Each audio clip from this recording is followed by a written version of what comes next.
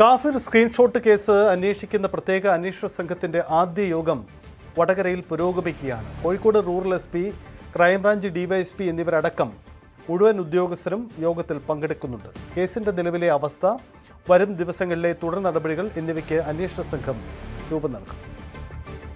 MS Aneesh Kumar ചേരുന്നു. അനീഷ്, കാഫിർ screenshot വിവാദത്തിൽ സർക്കാർ അന്വേഷണം പ്രഖ്യാപിച്ചതിന് ശേഷം ഇനി എന്ത് തുടർ നടപടി എന്നതായിരുന്നു പ്രസക്തം. ഇത് കേസ് തെളിയിക്കാൻ പറ്റുന്ന തെളിവുകൾ ശേഖരിക്കുക, എന്താണ് അന്വേഷണ സംഘത്തിന്റെ ഒരു സ്ട്രാറ്റജി?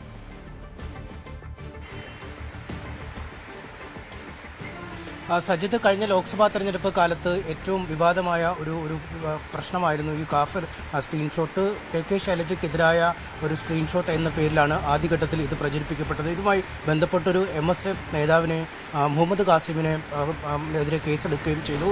എന്നാൽ പിന്നീട് അദ്ദേഹത്തിനെതിരെ മതിയായ തെളിവുകളില്ല എന്ന് കോടതിയിൽ അറിയിക്കുകയും അന്വേഷണം പിന്നീട് CPM സഹയാത്രികർക്കും നേതാക്കൾക്കും ഇടയിലേക്ക് എത്തുകയും ചെയ്ത ഒരു സാഹചര്യമുണ്ടായിരുന്നു. ഇതേ തുടർന്ന് അന്വേഷണം അവസാനിപ്പിക്കുന്നുവെന്ന് ചൂണ്ടിക്കാട്ടി സംസ്ഥാന സർക്കാർ അവസാന ദിവസങ്ങളിൽ അന്വേഷണ സംഘം കോടതിയിൽ റിപ്പോർട്ട് സമർപ്പിക്കുകയും ചെയ്തു. ഇതിനുശേഷം ഭരണം മാറിയതോടുകൂടിയാണ് കുറ്റ്യാടി MLA ആയ പാറക്കൽ അബ്ദുള്ളയുടെ നിവേദനത്തിന്റെ അടിസ്ഥാനത്തിൽ ആഭ്യന്തരമന്ത്രി പുതിയ ഒരു അന്വേഷണത്തിന് അല്ലെങ്കിൽ ഒരു പുനരന്വേഷണത്തിന് ഉത്തരവിട്ടിരിക്കുന്നത്. കഴിഞ്ഞ ദിവസമാണ് ഇത് സംബന്ധിച്ച ഉത്തരവ് ഇറങ്ങിയത്. അതിന് തൊട്ടു പിന്നാലെ തന്നെ ഇപ്പോൾ അന്വേഷണ സംഘം വടകരയിൽ യോഗം ചേരുകയാണ്.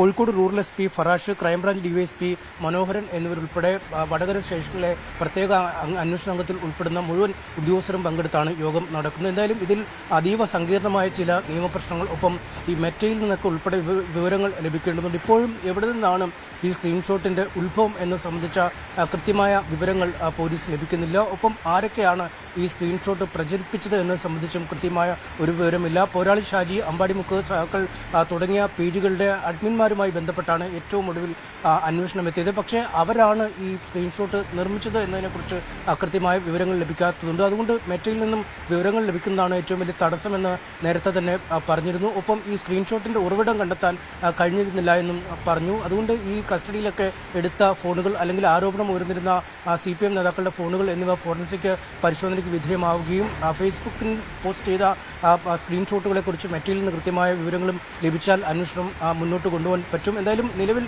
അന്വേഷണത്തിൽ ഏത് ഘട്ടം വരെ എത്തിയെന്നും ഏതൊക്കെ രീതിയിലാണ് ഇനി അന്വേഷണം മുന്നോട്ട് കൊണ്ടുപോകാൻ കഴിയുന്നത് എന്ന് സംബന്ധിച്ചും ഒക്കെ വിശദമായ ചർച്ചകൾ ഇന്നത്തെ യോഗത്തിൽ നടക്കും. ഒപ്പം നേരത്തെ ഈ കേസ് അവസാനിക്കുന്നത് ചൂണ്ടിക്കാട്ടി കോടതിയിൽ റിപ്പോർട്ട് നൽകിയിരുന്നു. അത് മാറ്റി പുതുക്കിയ റിപ്പോർട്ട് നൽകുകയും പുതിയ തെളിവ് ശേഖരണം നടത്താൻ പോകുന്നു, അല്ലെങ്കിൽ പുതിയ അന്വേഷണം വീണ്ടും ഇക്കാര്യത്തിൽ നടക്കാൻ പോകുന്നു എന്ന് ചൂണ്ടിക്കാട്ടി കോടതിയിൽ റിപ്പോർട്ട് നൽകുകയും ഒക്കെ വേണം. ഇതിനിടയിൽ ഈ KK ലതിക അടക്കമുള്ള ചില CPM നേതാക്കൾ ഈ സ്ക്രീൻഷോട്ട് പങ്കുവച്ചിരുന്നു. അവരെ കൂടെ കേസിൽ പ്രതി ചേർത്ത് അന്വേഷണം നടത്തണമെന്ന് ആവശ്യപ്പെട്ട് യൂത്ത് കോൺഗ്രസ് അടക്കമുള്ളവ രംഗത്തെത്തിയിട്ടുണ്ട്. ഒപ്പം ഈ കേസിലെ അന്വേഷണ ഉദ്യോഗസ്ഥരായ ചില പോലീസ് ഉദ്യോഗസ്ഥർക്ക് ഇടത് ക്യാമ്പുമായി അല്ലെങ്കിൽ CPM-മായി അടുത്ത ബന്ധമുണ്ട് എന്ന ചില ആരോപണങ്ങളും കോൺഗ്രസിന്റെ ഭാഗത്തുനിന്നും ഉയരുന്നുണ്ട്. എന്തായാലും ഇക്കാര്യങ്ങളൊക്കെ സമഗ്രമായി തന്നെ പരിശോധിച്ച് ഏത് രീതിയിലേക്ക് അന്വേഷണം പോകും എന്ന കാര്യത്തിൽ ഒരു വ്യക്തമായ തീരുമാനം ഉണ്ടാവും. വൈകുന്നേരത്തോടുകൂടി ഇത് സംബന്ധിച്ച അല്ലെങ്കിൽ ഏത് ദിശയിലേക്കാവും അന്വേഷണം പോകുക എന്നത് സംബന്ധിച്ചൊരു വ്യക്തത ലഭിക്കും.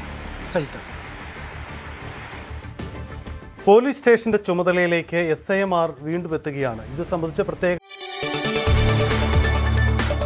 കൂടുതൽ വാർത്തകൾക്ക് News 18 Keralam YouTube channel subscribe ചെയ്യുക.